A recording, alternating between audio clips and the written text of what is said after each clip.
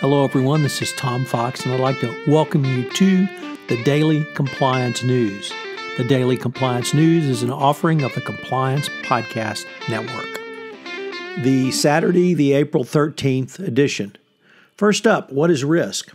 Well, a company in Virginia, which provides diving equipment to the government, learned that risk can come from growth. And that growth was that the company, Atlantic Diving Company, had benefited from privileges associated with being a small business for the better part of 2 decades, limiting its competition in the insular but lucrative military equipment market to the tune of $2.5 billion. Though the Small Business Administration said that the company is no longer a small business, so it no longer has those set-asides. So think about risk in terms of what happens if you grow too quickly. That certainly could be a risk going forward.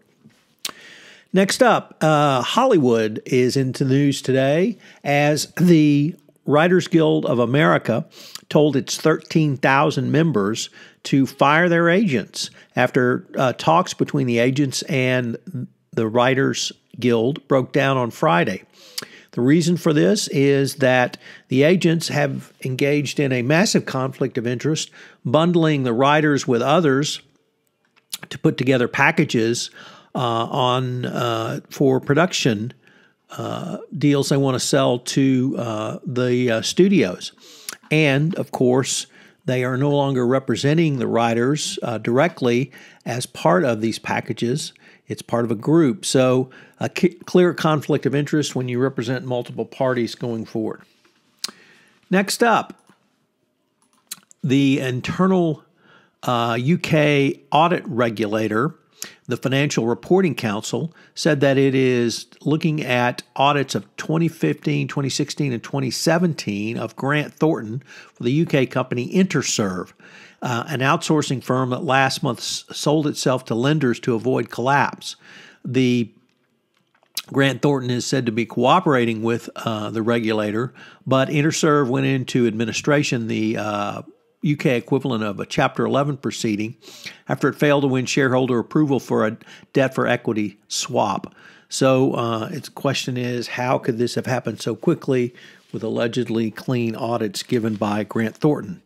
And finally, we end with a story about Les Moonves, the disgraced and former CBS executive who had to resign over allegations of sexual harassment. Well, he has forfeited $34.5 million as part of his compensation package when he separated with the company.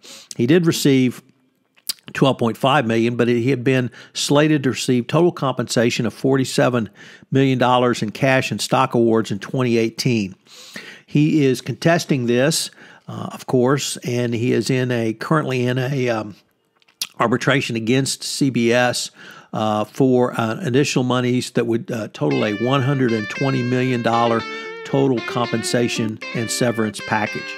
It's going to be interesting to see how that plays out in the current environment. So we missed having Friday, April 13th by one day, but I was very intrigued by a meme on Facebook which had Jason coming in a day early. As you may know, we've had several new offerings on the Compliance Podcast Network. One of those includes Popcorn and Compliance, where Jay Rosen and I take a look at compliance through the lens of movies, both current, contemporary movies, and classic movies. We recently premiered 2 new shows on the Compliance Podcast Network in modern medium.